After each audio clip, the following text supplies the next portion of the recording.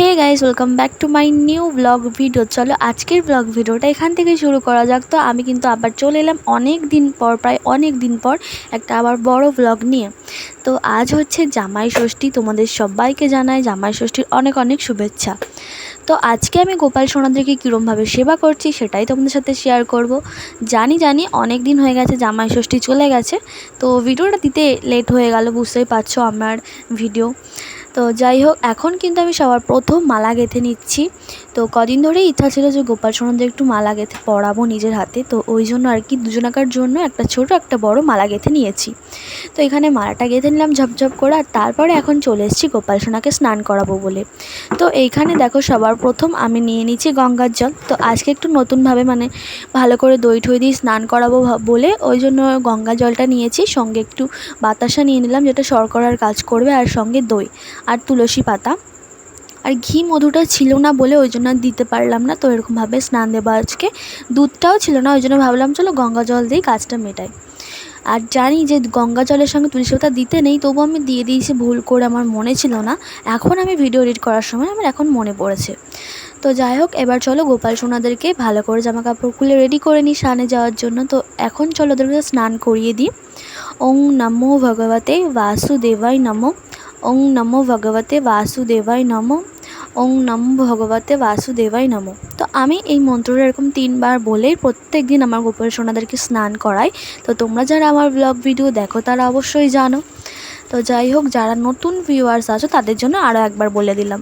তো এবার চলো জামাই ষষ্ঠী স্পেশাল, তো আমার গোপাল সোনাদেরকে আজকে ধুতি পরাবো। তো আমার গিরি সোনার ধুতি পরিয়ে দিলাম, বাট আমার ছোট্ট গোপাল সোনারে ধুতি ছিল না।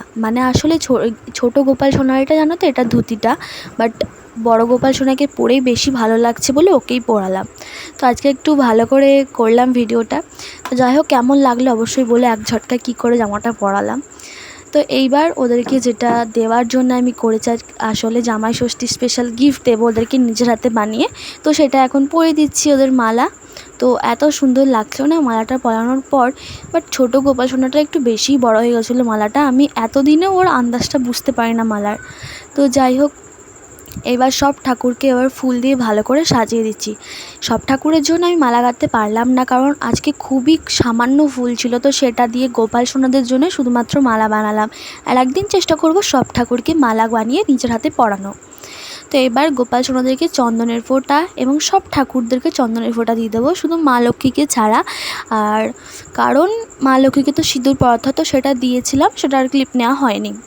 তো এইবার সব ঠাকুরকে চলো ভোগ লাগিয়ে দেওয়া যাক। হ্যাঁ জানি আমি একটা স্পেশাল খাবার দেবো, বাট আমি সেটা সবার জন্যই দেবো, কিন্তু আমার কি মনে হলো আমি না প্রথমেই এই বাতাসা ডালটা দিয়ে দিয়েছিলাম, কারণ প্রত্যেক দিনের অভ্যাস তো ওই জন্যই আর কি আরেকবার দিয়ে দিয়েছি, তো থাক কি আছে।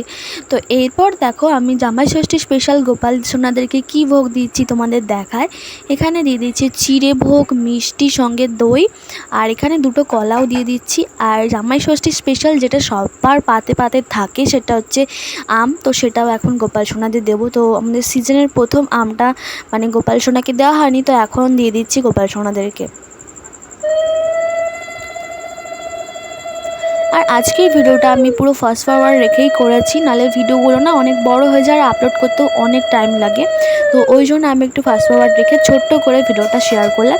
আর জানি অনেকের দেখতে হয়তো ভালোও লাগে না এত বড় বড় ভিডিও, যেমন আমারই, তো সেই জন্য আমি একটু ছোট্টখাট্টো করে দেওয়ার চেষ্টা করেছি। তো এইখানে দেখো আমার গোপাল সোনাদের পুরো ভোগ রেডি একদম, আর ওদেরকে বসিয়েও দিয়েছি। কেমন লাগছে অবশ্যই বলো। তো এরপর চলো আরতি করে নেওয়া যাক।